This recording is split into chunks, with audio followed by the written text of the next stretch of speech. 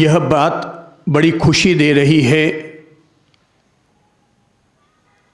कि वर्तमान युग, वर्तमान विज्ञान और वर्तमान पीढ़ी ध्यान के महत्व और ध्यान की आवश्यकता को महसूस कर रही है। हमारे महान मर्यादा पुरुषोत्तम अथवा महान तीर्थंकर और बुद्ध पुरुषों ने अथवा महान ऋषि मुनियों ने मनुष्य के अंतर्मन का समाधान करने के लिए, अंतर्मन की उलझनों को मिटाने के लिए, अंतर्मन के अवसाद और तनाव को दूर करने के लिए ध्यान जैसे पवित्र मार्ग को प्रदान किया था।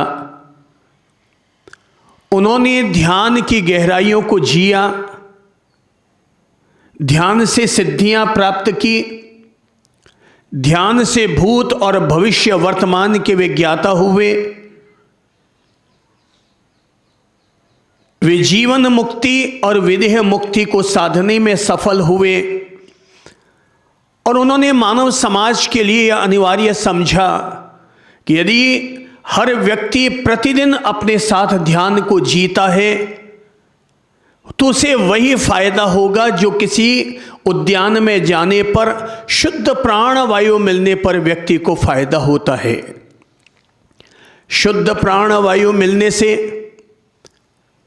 व्यक्ति को अच्छी ऑक्सीजन मिलेगी, प्राण ऊर्जा मिलेगी, पर ध्यान करने से इनर पीस और ग्लोबल हार्मनी आदमी के भीतर सधेगी। व्यक्ति अपने अंतर्मन की शांति का मालिक बनेगा और उसके अंतर्मन में वैश्विक सद्भाव, प्राणी मात्र के प्रति आत्मीयता और आत्मभाव उसके भीतर उजागर होगा। व्यक्ति स्वार्थ से ऊपर उठ सकेगा। जैसा वह स्वयं को मानता है वैसा ही वह प्रत्येक इंसान को मानना शुरू करेगा।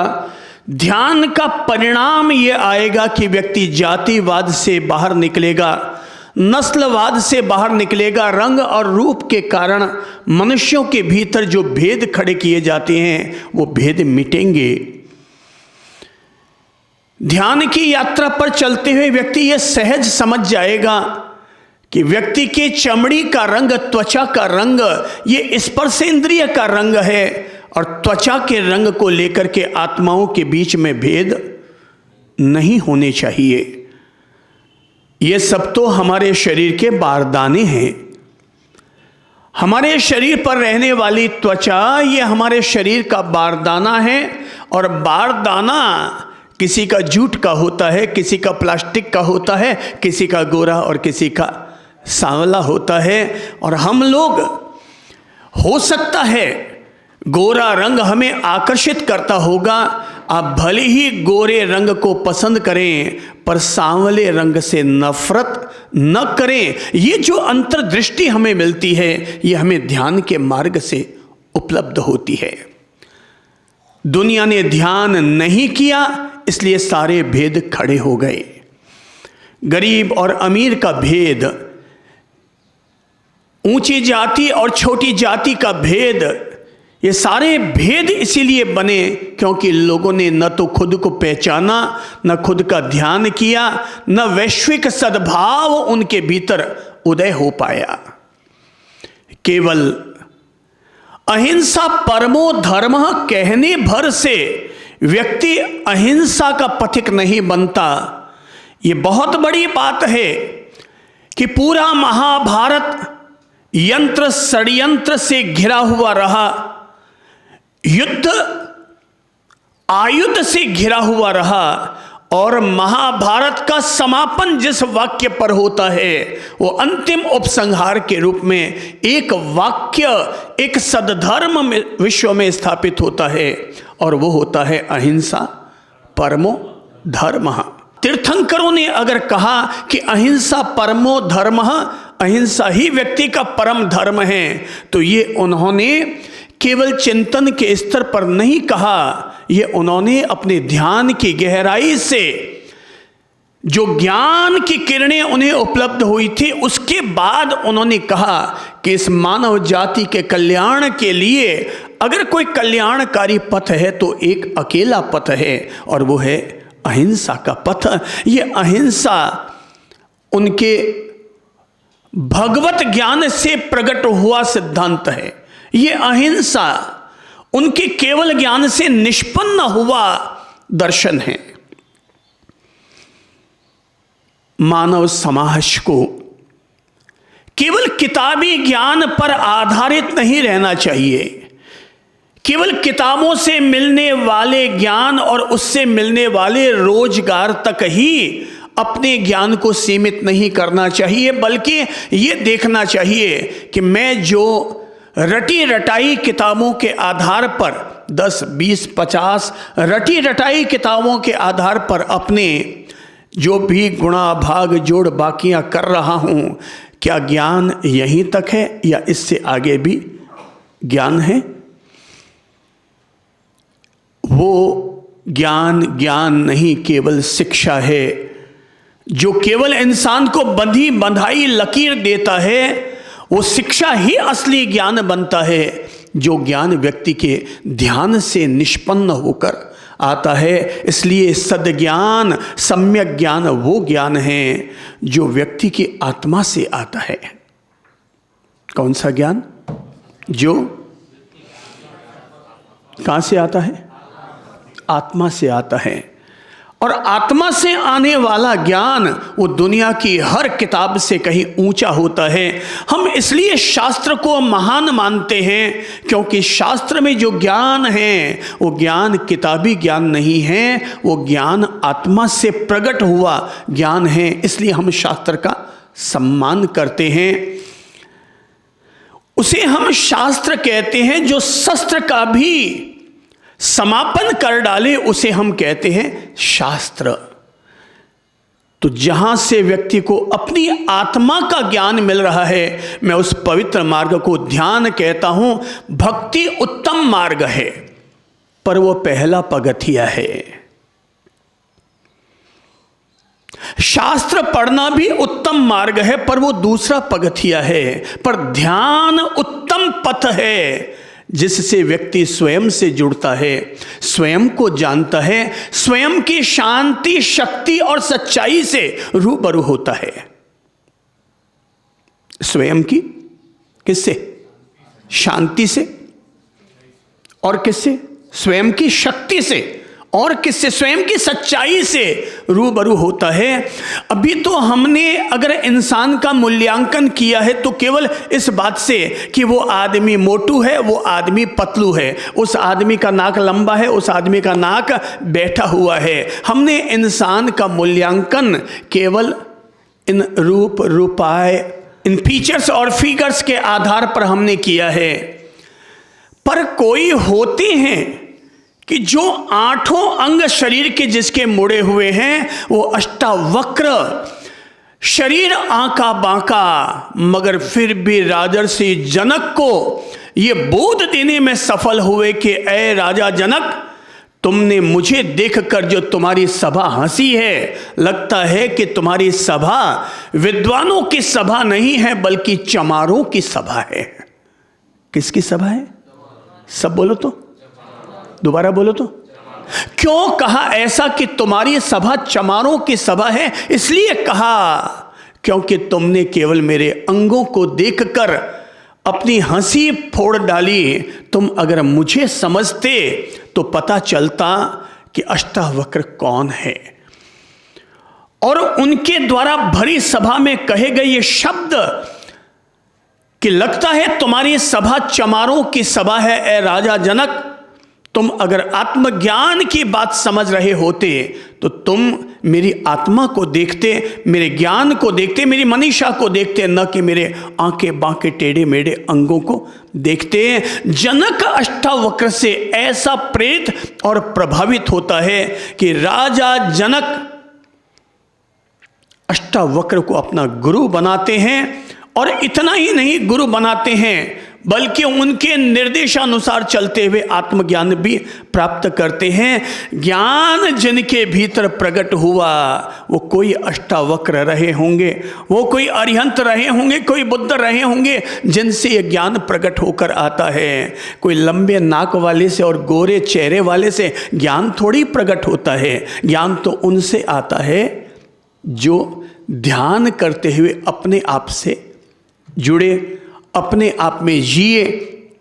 और इसीलिए हम लोग आज भी अरिहंतों को मानते हैं, हम आज भी बुद्ध पुरुषों को मानते हैं और उनके द्वारा कहे गए शब्दों को हम अपने लिए दिव्य आशीर्वाद समझते हैं।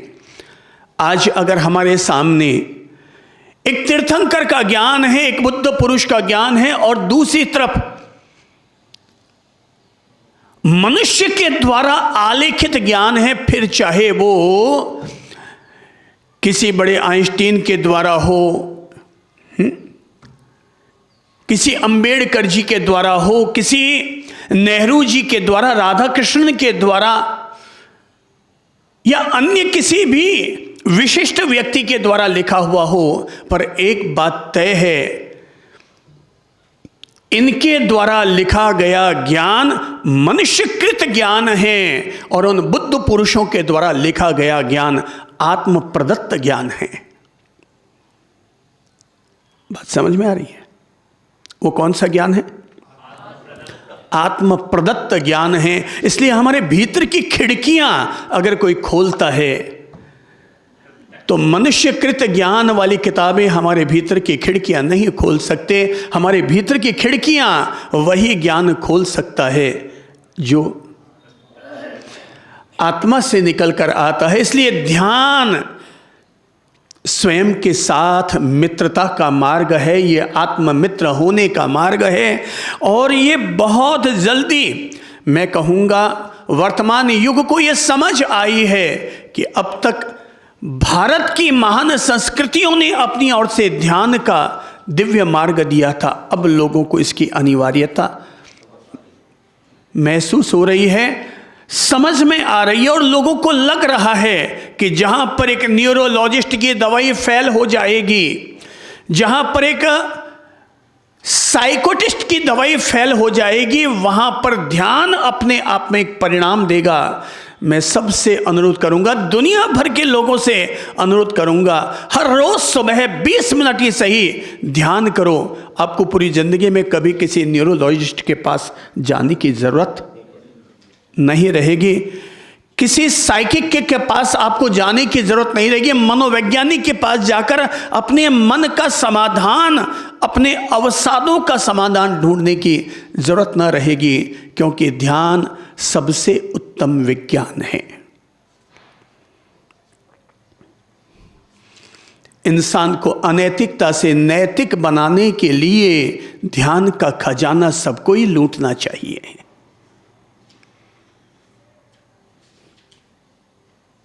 मैंने सुना है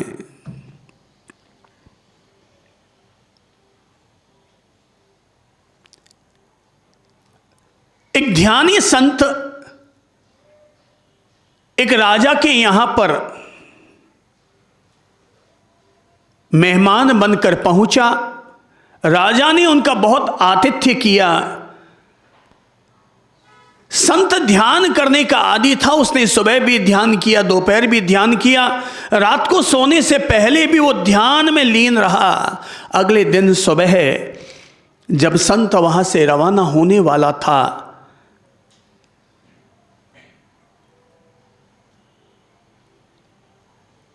राजा ने संत से कहा, गुरुदेव आप रवाना हो रहे हैं, मैंने आपको कल दिन भर समझा है, अगर मैं आपसे रवाना होने से पहले कुछ मांगना चाहूं तो आप मुझे देंगे? संत मुस्कुराए। आप भी मुस्कुरा लो। व्यक्ति गृहस्थ में रहे या संत बन जाए, लेकिन शांत होना जरूरी है। संत वही है जो शांत है, जो हाका हुका करता है, वो संत बन करके भी गृहस्थ ही है। और अगर कोई गृहस्थ में रहते हुए भी शांत प्रकृति का मालिक है तो गृहस्थ में रहते हुए भी क्या है? हाँ, संत है। वेश परिवर्तन इतना महत्वपूर्ण नहीं है जितना चित्त परिवर्तन महत्वपूर्ण है। तभी तो अभी हम सब गुनगुना रहे थे कि जीवन का सम्मान करें हम, जीवन में भगवान निहारें, रूपांतरित करें जीवन को ही स्वर्ग बनाएं। मानव स्वयं एक मंदिर है, तीर्थ रूप है धरती सारी, मूरत प्रभु की सभी ठौर है, अंतर्दृष्टि खुले हमारी। तो रूपांतरण महत्वपूर्ण है। संत ने एक सहज मुस्कान ली और राजा से कहा, कहो राजन, तुम मुझसे क्या चाहते हो?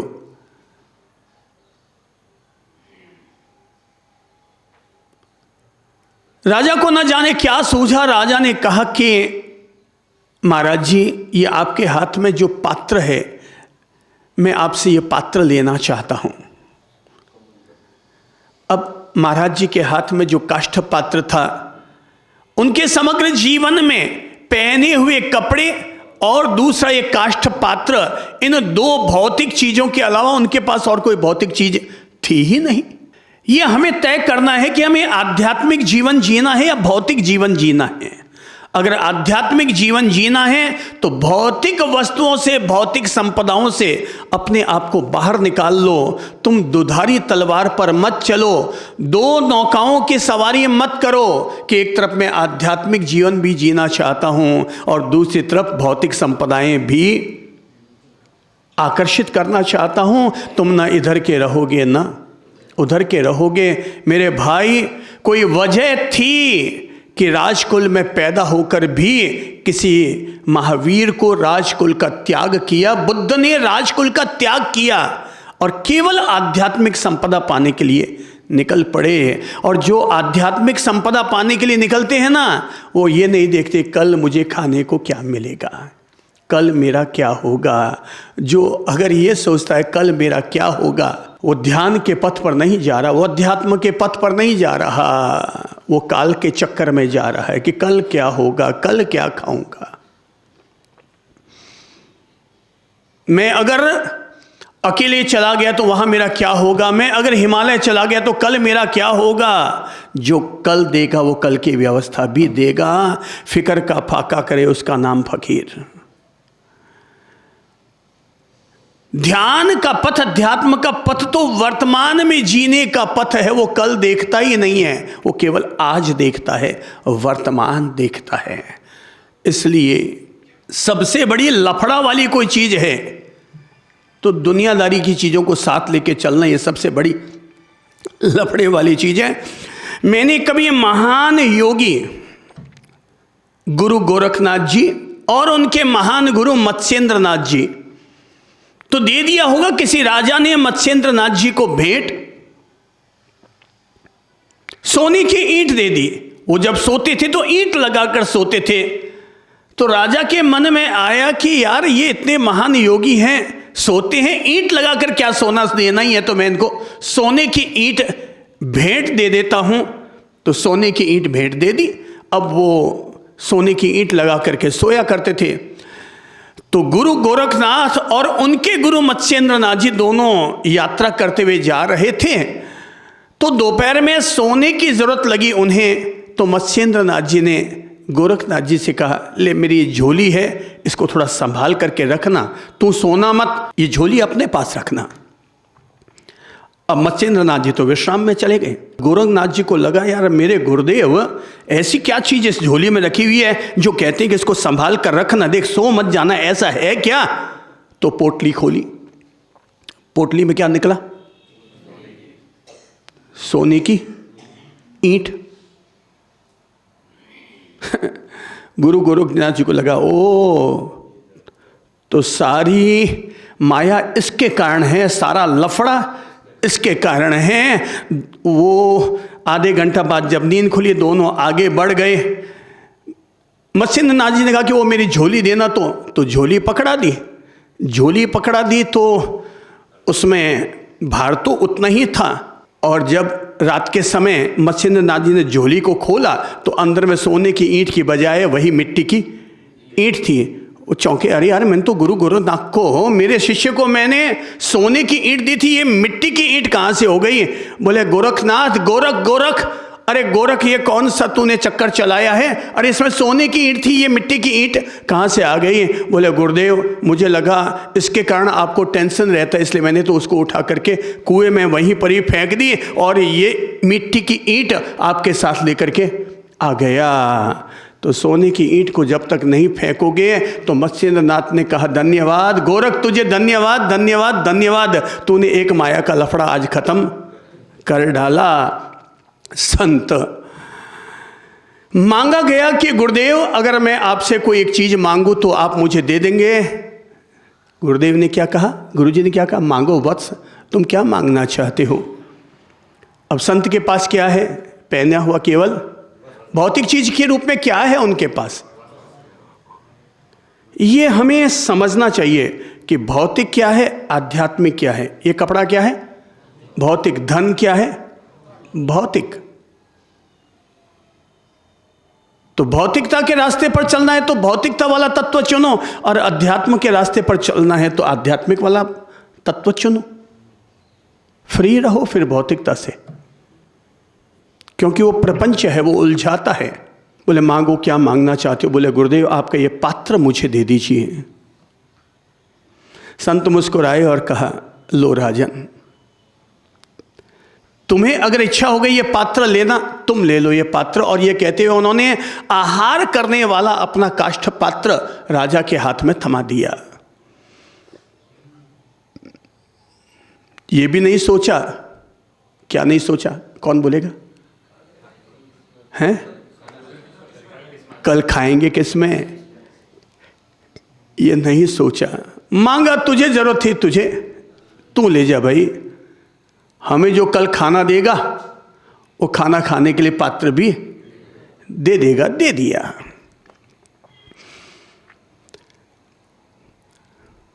राजा झट से अपने महल में गया और वापस एक पात्र लेकर आया। काष्ठ पात्र तो रख दिया और रत्न जड़ित स्वर्ण पात्र लेकर आया और महाराज के हाथ में थमा दिया। गुरुदेव आप इसे स्वीकार कर लीजिए।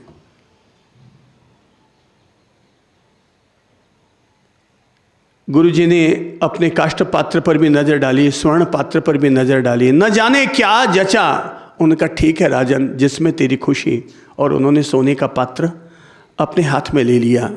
अब राजमहल से निकले अपनी पर्ण कुटीर की तरफ, साधना कुटीर की तरफ बढ़ने के लिए। हाथ में वो चमकता हुआ पात्र, रास्ते में एक चोर की नजर पड़ गई। बोले यार महाराज के पास तो जोरदार पात्र है, ये सोने का पात्र है, रत्न जड़ित है, ये किसी न किसी तरह से महाराज से चुरा लिया जाए, लूट लिया जाए।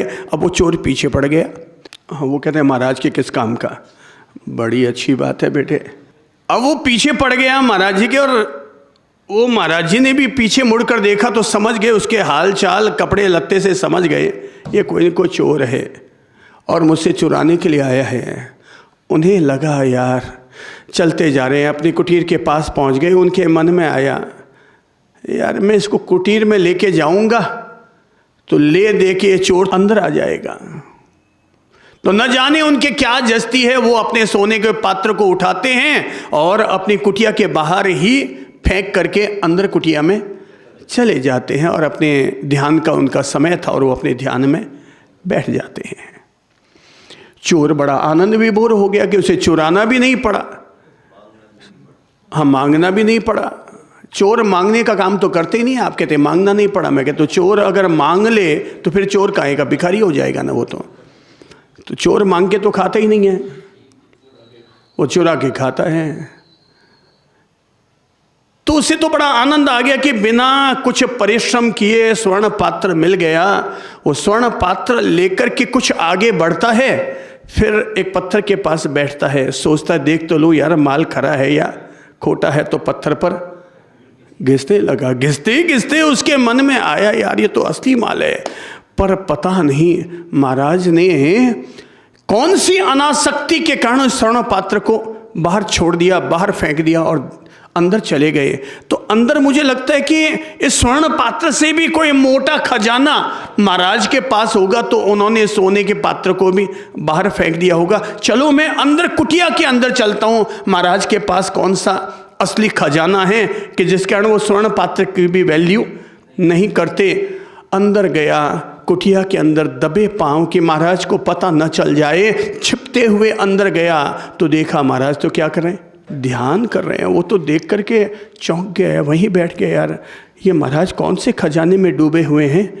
कुटिया में देखा, इधर उधर देखा, महाराज के पास तो कोई सामान ही नहीं था, कपड़ा ही केवल एक ही था जो वो पहना हुआ था, दूसरा कपड़ा भी नहीं था, दूसरा पात्र भी नहीं था, पानी रखने के लिए मटका भी नहीं था। बोले यार ऐसा क्या है महाराज के पास जो इन सब से मुक्त होकर और सोने के पात्र से भी मुक्त होकर ये ध्यान कर रहे हैं। वो वहीं बैठ गया, महाराज के पास बैठ गया, महाराज को देखता चला गया। थोड़ी देर के बाद में महाराज का ध्यान पूरा हुआ, महाराज ने आंखें खोली और जैसे ही महाराज जी ने आंखें खोली, सामने कौन था, चोर। महाराज जी ने केवल इतना ही कहा, हो तो तुम आ गए। बोले गुरुदेव आ गए, अब ये सब बातें छोड़ो, मैं तो केवल आपसे ये पूछने आया हूं कि आपको पता था कि वो स्वर्ण पात्र था, फिर भी आपने उसे वहां क्यों छोड़ दिया, और आपको ऐसा क्या मिल रहा है ध्यान में कि जो आप स्वर्ण पात्र का मोह छोड़ करके और अपने आप में लीन है, आपको स्वर्ण पात्र की चिंता भी नहीं। तो बोले भाई मैं जिस खजाने में डूबा था वो तुम्हारे स्वर्ण पात्र से भी कहीं ज्यादा मूल्यवान है, मैं उस खजाने में मैं डूबा हुआ था। बोले वो कौन सा खजाना है?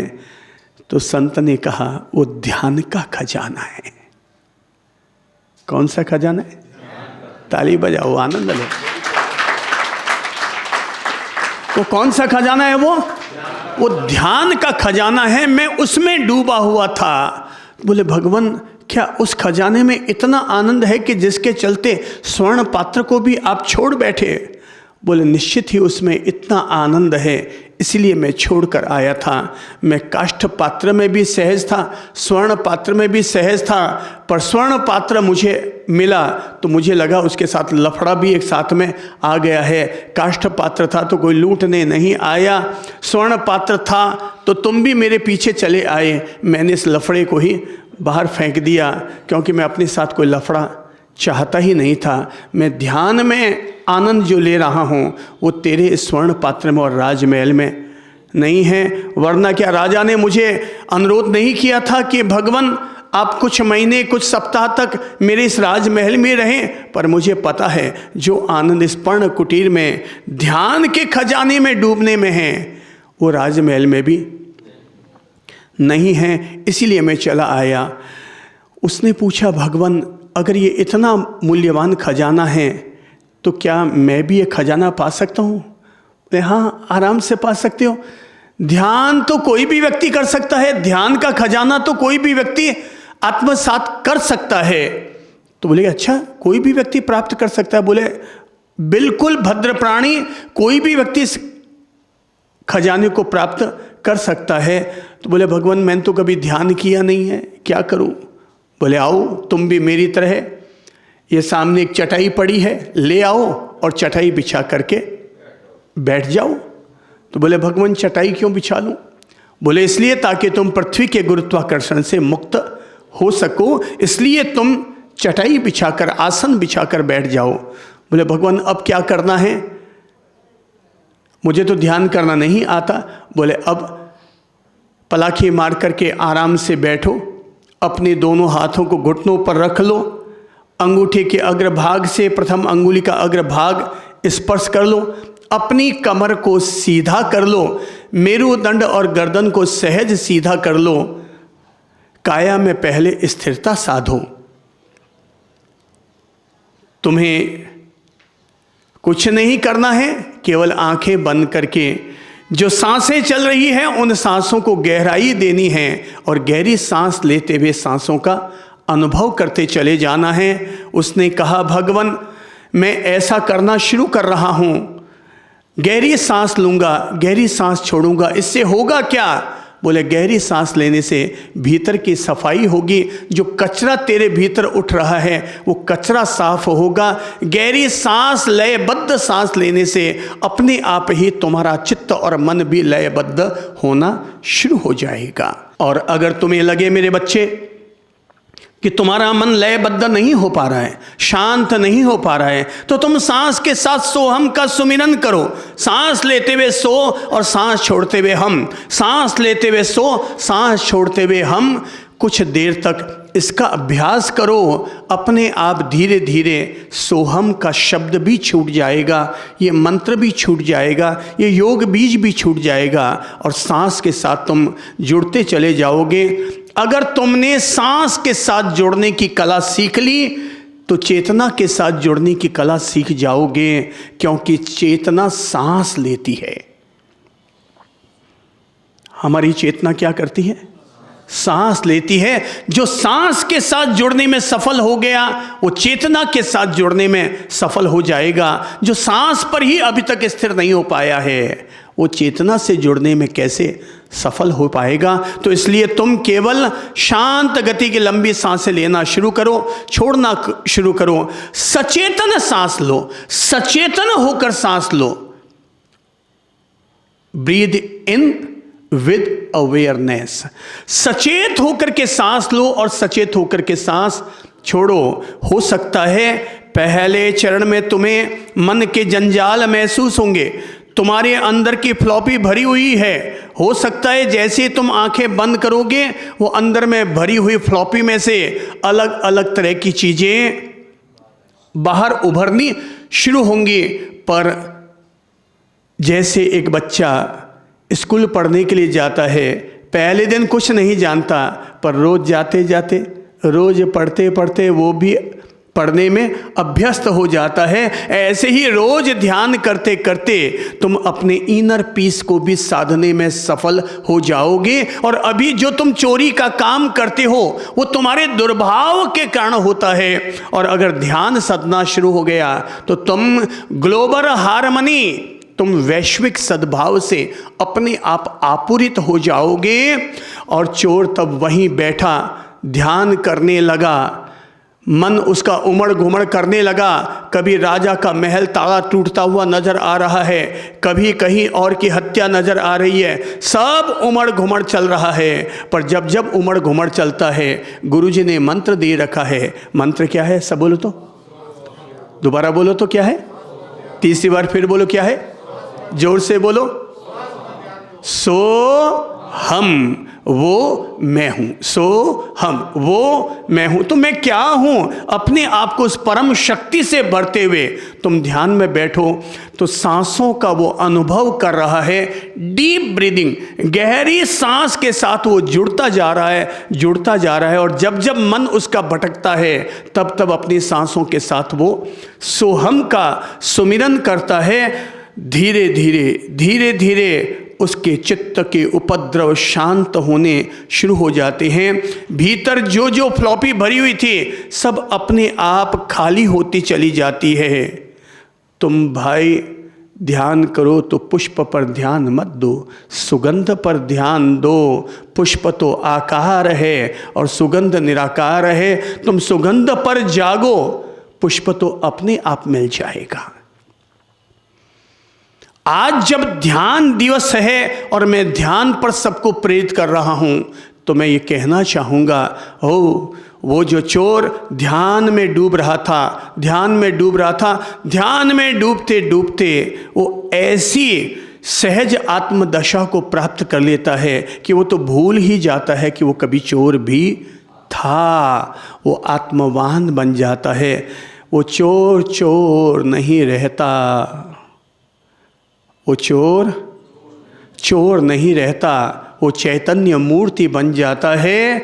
और तब चाहकर भी वो कभी अपनी जिंदगी में चोरी न कर पाया। जो व्यक्ति अपनी चेतना का, अपनी आत्मा का मालिक बन गया, भीतर के खजाने का जो मालिक बन गया, वो बाहर के लफड़ों में हाथ नहीं डालता। वो नया कोई चंद्र प्रभु बन जाता है, वो लफड़ों से फ्री हो जाता है। अपन अपनी मस्ती लेंगे, बाकी जिसको जीना है वो जिए, मरना है वो मरे इसलिए किसी के पैदा होने पर खुशी नहीं है और किसी के मरने पर आंसू नहीं है।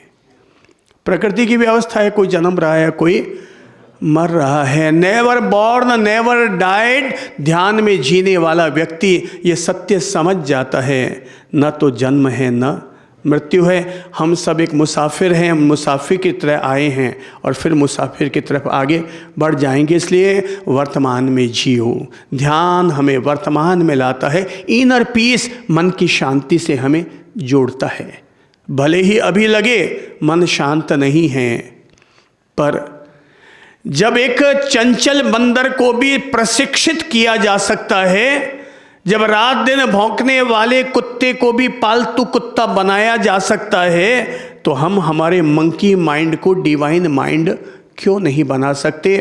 केवल उसके लिए अपने आप को लगाने की ज़रूरत है, खुद को लगने की ज़रूरत है। मैं भीतर गया, आप भी भीतर जाओ, आप भीतर जाओगे। ये भीतर वाला मामला है। दुनिया में दो ही तो मामले हैं, एक भीतर का मामला, एक बाहर का मामला है। कितने मामले हैं?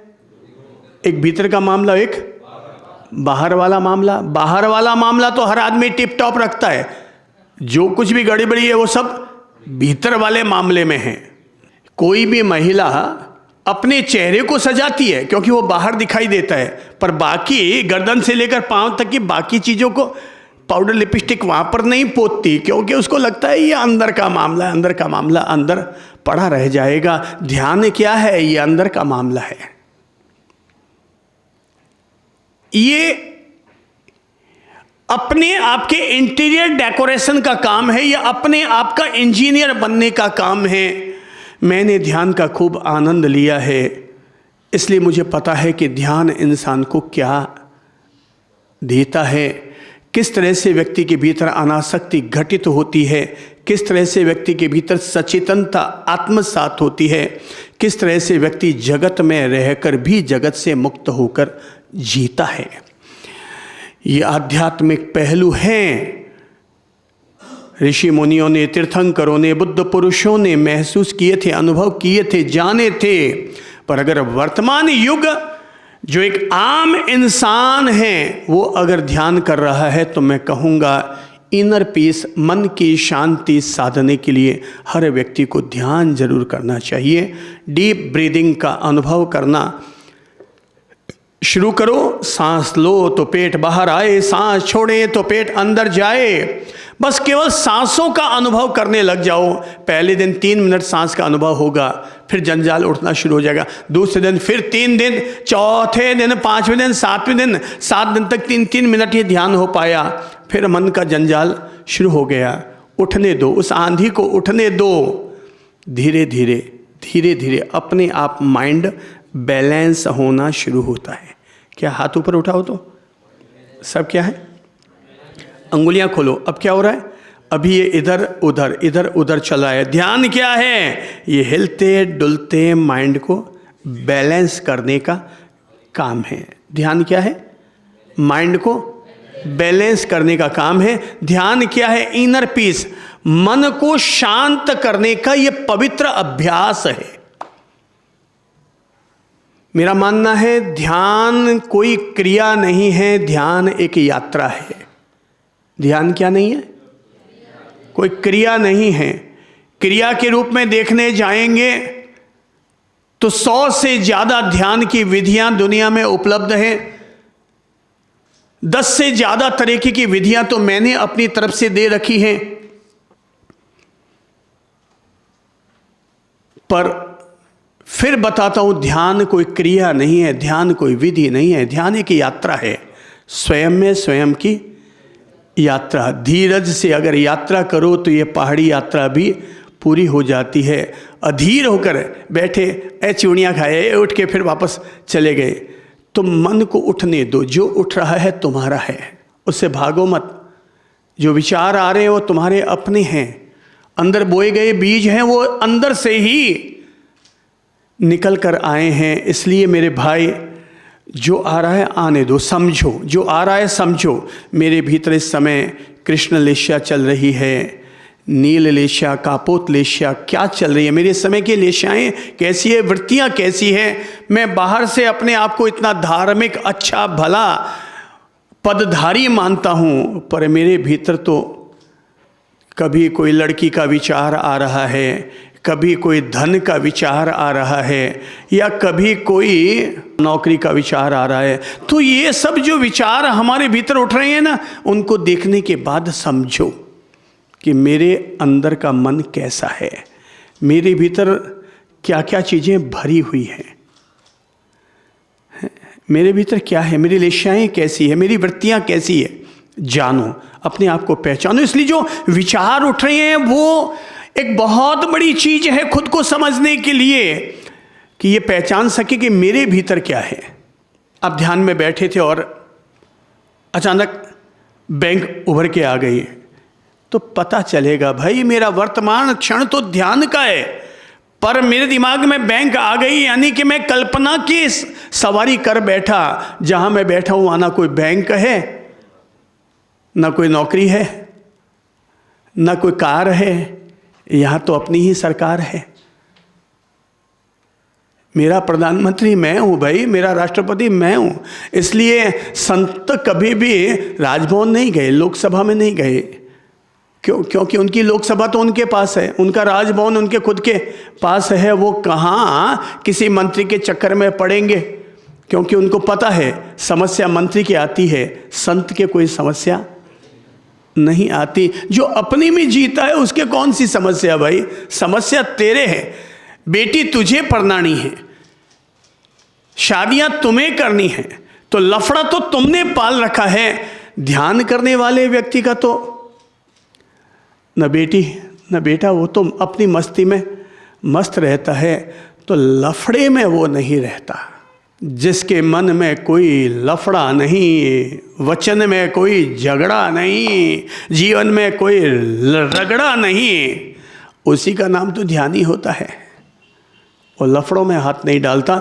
ध्यान व्यक्ति को मुक्त करता है, सबसे पहले इनर पीस को साधता है। मैं जब ये कह रहा हूँ ध्यान करो, तो साथ में मैं ये भी कहूँगा ध्यान से जियो। दो चीज़ों की प्रेरणा दे रहा हूँ ध्यान दिवस पर। पहली क्या है? ध्यान करो, और दूसरा ध्यान से जियो।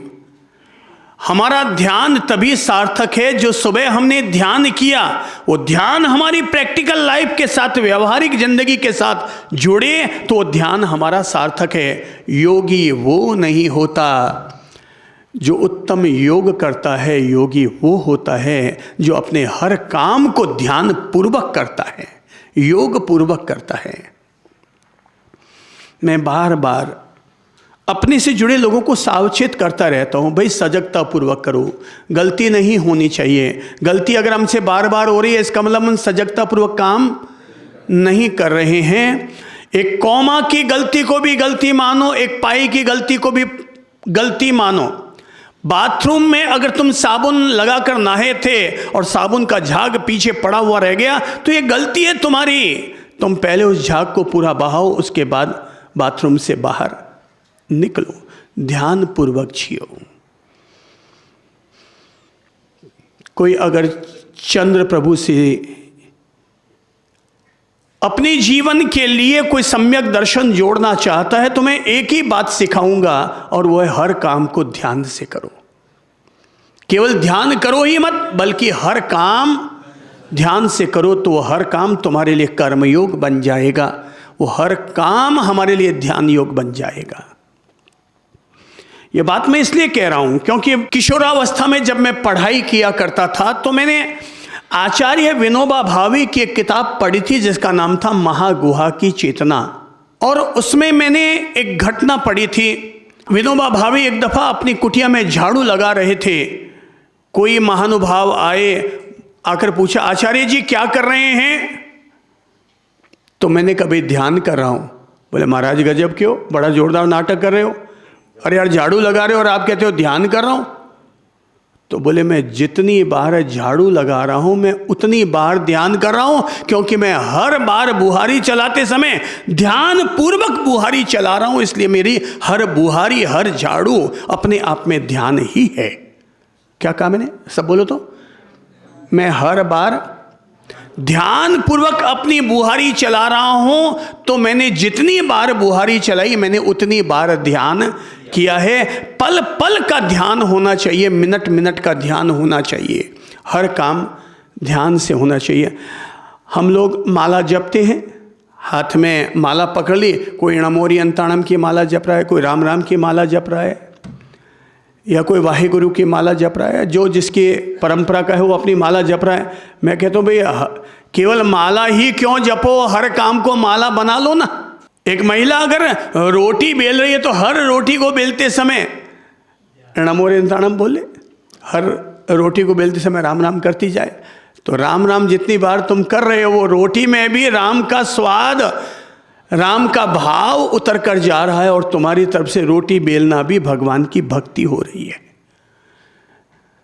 तभी तो कबीरदास जी ने कभी कहा था, बहुत सुंदर प्रेरणाएं छिपी हुई हैं, और प्रेरणा ये है कि खाऊं पीऊं सो सेवा, उठूं बैठूं सो परिक्रमा। बड़ी पवित्र लाइन है ये, सब बोल लो। क्या है? खाऊं पीऊं सो सेवा, उठूं बैठूं सो परिक्रमा। खाऊं पीऊं सो सेवा, किसकी? भगवान की सेवा कराऊं। मैं जो भी खा रहा हूं पी रहा हूं, ये भाव ही नहीं है कि मैं खा रहा हूं, बल्कि मुझे ये लगता है मैं जितनी बार खा रहा हूं उतनी बार भगवान को भोग समर्पण कर रहा हूं। तो खाऊं पीऊं सो सेवा। क्या एक प्रयोग कर सकते हो? आज एक दिन प्रयोग करके देख लो, अच्छा लगे तो हमेशा कीजिएगा। आज जब आप भोजन करें तो ये भाव ले आइएगा कि मैं नहीं खा रहा, मेरे भीतर जो भगवान बैठा है मैं उसे भोग चढ़ा रहा हूँ। स्वाद लेके खाओ, आनंद भाव से खाओ, और हर कौर मैं किसको चढ़ा रहा हूँ? भगवान को समर्पण कर रहा हूँ। मज़ा आएगा। कबीर पैदा हो जाएगा भीतर में, रैदास पैदा हो जाएगा भीतर में, कोई नानक कोई समय सुंदर पैदा हो जाएगा भीतर में, कोई चैतन्य महाप्रभु पैदा हो जाएंगे, अगर खाऊं पीऊं सो सेवा बन जाए तो। बोले उठूं बैठूं सो परिक्रमा। तो बोले बाजार गए पर भगवान का नाम लेके जा रहे हो और भगवान का नाम लेके आ रहे हो, तो उठूं बैठूं सो परिक्रमा, वो भी क्या हो गया? भगवान की परिक्रमा बन गया। तो ध्यान पूर्वक करो। ध्यान हमारे भीतर एकाग्रता साधता है, ध्यान हमें समग्रता देता है, कार्य में गहराई देता है, ये ध्यान से मिलता है। अभी पिछले सप्ताह अपने ही प्रिय साधक संदीप जी ने एक छोटी सी कहानी सुनाई थी, और कहानी ये थी, एक राजा के पास एक व्यक्ति पहुंचा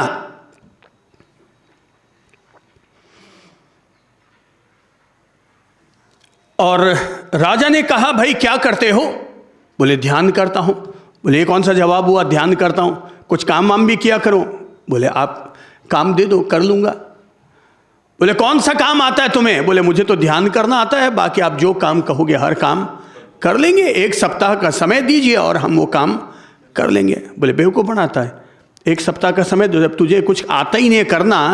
बोले आता कैसे नहीं, ध्यान करना आता है ना, आप मुझे कोई भी काम सौंपो, मैं एक सप्ताह में आपको काम सीखूंगा। मैं हर चीज को मैं ध्यान पूर्वक देखता हूं और वो काम मैं अपने आप ही सीख जाता हूं। बोले ऐसे कोई सीखा थोड़ी जाता है, चल मैंने तुझे रसोई में तुझे जिम्मा सौंपा और रसोईदार के रूप में तुझे वहां पर नियुक्त करता हूं। राजन, रसोई का जिम्मा सौंपने से पहले 7 दिन का मुझे समय दो, मैं 7 दिन रसोई घर में रहूंगा, कौन व्यक्ति कैसा खाना बना रहा है उसे देखूंगा, समझूंगा और उसके बाद में खाना बना दूंगा। राजा को भी लगा यार बेवकूफ़ बना रहा है, कोई देखने से कोई आदमी सीख तो नहीं पाता है। पर ध्यान का यही तो मजा है कि जो ध्यान पूर्वक देखता और समझता है वो 7 दिन में क्या बन सकता है। 7 दिन तक उसने देखा कैसे आटा भिगोया जाता है, कितना पानी डाला जाता है, कितना अंश डाला जा रहा है, कितना उसमें नमक डाला जा रहा है, कैसे उसे गिलोया जा रहा है, कैसे उसे बेला जा रहा है, कैसे चूल्हा जल रहा है, कैसे रोटी सेकी जा रही है। और बिल्कुल फूल के तैयार हुए, वो एक एक चीज़ को ऑब्जर्व कर रहा है, एक एक चीज़ को ध्यान से देख रहा है। ध्यान कितनी गहराइयां दे सकता है, केवल ये समझ लो, जिस व्यक्ति ने केवल इस एक कहानी को समझ लिया, मैं दावे के साथ कहूंगा उसका पूरा जीवन ध्यान बन जाएगा। क्या बन जाएगा उसका पूरा जीवन? ध्यान बन जाएगा। तो उसने 7 दिन तक पूरा भोजन देखा, सब्जियां, मिठाइयां सब बनते देखे। अब राजा के यहाँ पर खाना बन रहा है तो 56 भोगी बनते हैं। वो हमारी तरह कोई एक सब्जी रोटी थोड़ी खाएंगे, वो तो 56 भोग खाएंगे। और वो सब देखा, 7 दिन तक देखा। 7 दिन के बाद राजा ने कहा देख लिया? बोले राजन देख लिया। बोले सब बढ़ जाओ, आज का खाना ये ध्यानी बाबा ही बनाएंगे, ध्यानी महाराज बनाएंगे। और उस दिन खाना खाया। वाकई राजा ने पूछा क्या तुम में से किसी ने हेल्प की? बोले नहीं राजन, हमने किसी ने भी हेल्प नहीं की। बोले यार ये फर्क ही मैं नहीं कर पा रहा हूं कि तुम्हारे हाथ का बनाया हुआ खाना है या इसके हाथ का बनाया हुआ खाना है। राजा को लगता है कि हो सकता है ये बंदा मुझे लल्लू बना रहा हो, इसको पहले से ही आता रहा होगा, तो इसलिए मुझे कहता है। बोले अब एक काम करो, ये कहता है मैं 1 सप्ताह कहीं भी किसी चीज़ को ऑब्जर्व कर लूँ, ध्यान से देख लूँ तो सीख जाता हूँ। एक काम करो, इसको अस्तबल में डाल दो। तो बोले ठीक है। घोड़शाला में उसे ठोक दिया गया। अब 7 दिन तक वो वहाँ पर काम करने लगा, देखने लगा। काम नहीं कर रहा था, क्या कर रहा था? केवल एक एक चीज़ पर, एक एक घोड़े पर ध्यान देता चला जा रहा था। उसने जिंदगी में कभी घोड़े पर बैठा ही नहीं था। पदयात्रा करने वाला बंदा कहाँ से घुड़सवारी करेगा? पर 7 दिन बाद जब उसे घोड़ा दिया जाता है तो वो आराम से घुड़सवारी भी करता है, दौड़ लगा करके भी आता है। और राजा के घोड़े को, जिसको कोई दूसरा कंट्रोल भी नहीं कर सकता, वो उस पर भी घुड़सवारी करके आ जाता है। राजा को लगता है यार ये, बोले क्या है यार, ये गड़बड़ हुआ है क्या? हो सकता है ये घुड़शाला में भी काम करता रहोगा। एक काम करते हैं, उसे 7 दिन के लिए मंत्री बना देता हूँ। मंत्री बना दिया और पहले 7 दिन तक वो देखता रहा कि कैसे मंत्री जी सलाह देते हैं, कैसे क्या एक एक चीज़ का निर्णय देते हैं। 7 दिन तक देखता रहा। और वो अब तो 7 दिन बाद, उसे भी 7 दिन बाद मंत्री का पद दिया गया। अब वो मंत्री बन गया। अब वो भी कैसे, जैसे मंत्री सलाह देता था वैसे वो भी सलाह देने लग गया। उसको लगा देखूं 7 दिन के लिए इसको राजा बना करके देखूं कि ये देश को कैसे चला सकता है। उसने कहा भगवान राज्य का संचालन तो कर लूँगा, पर क्या करना पड़ेगा मुझे? क्या करना पड़ेगा? 7 दिन ध्यान से मुझे राजनीति को मुझे देखना होगा, समझना होगा। बोले दिया। राजनीति समझ गया राजा कैसे किसको उठा के पटकता है, किसको सीट पर बैठाता है। सारी राजनीति, पॉलिटिक्स कैसे खेली जाती है, वो सारी पॉलिटिक्स वो 7 दिन में समझ गया। राजगद्दी पर बैठा दिया गया, राज्याभिषेक कर दिया गया।